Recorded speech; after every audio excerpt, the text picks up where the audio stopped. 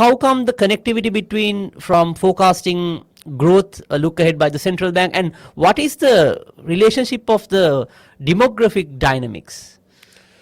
So there is an old adage often overused called demographics is destiny, because our average lifespan is now close to 80 years. It's a bit higher for females than males. Now, our demographics are not similar to our South Asian neighbors. There are two dynamics going on. That the median age, the middle guy in the population is about 33 years.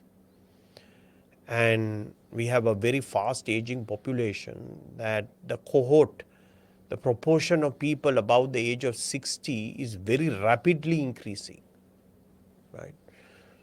And the number of young people, the rate at which it is growing is probably at the rate of population growth. So there was a time when the number of people at the economically active age was growing faster than the rate of growth of the population.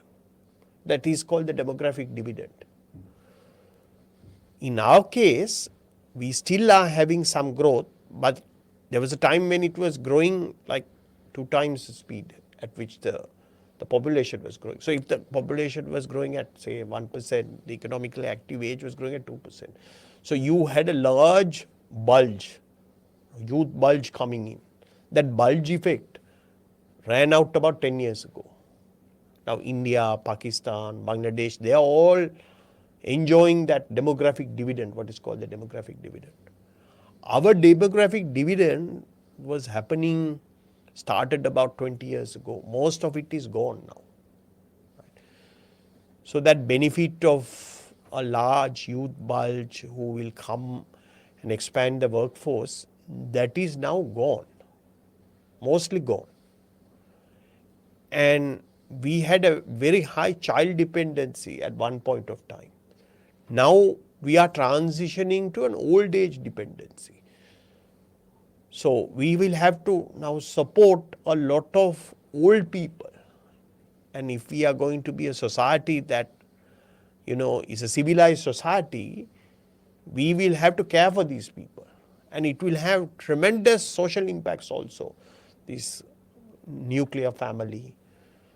So our healthcare burden, now if you take the child dependency and the old age dependency, in old age the cost to the state is much higher than as a child. Of course there's a cost of education, etc., which is a state funded activity, but it is said that in the last 6 months of your life, your healthcare costs account for something like 40% of your total life cost.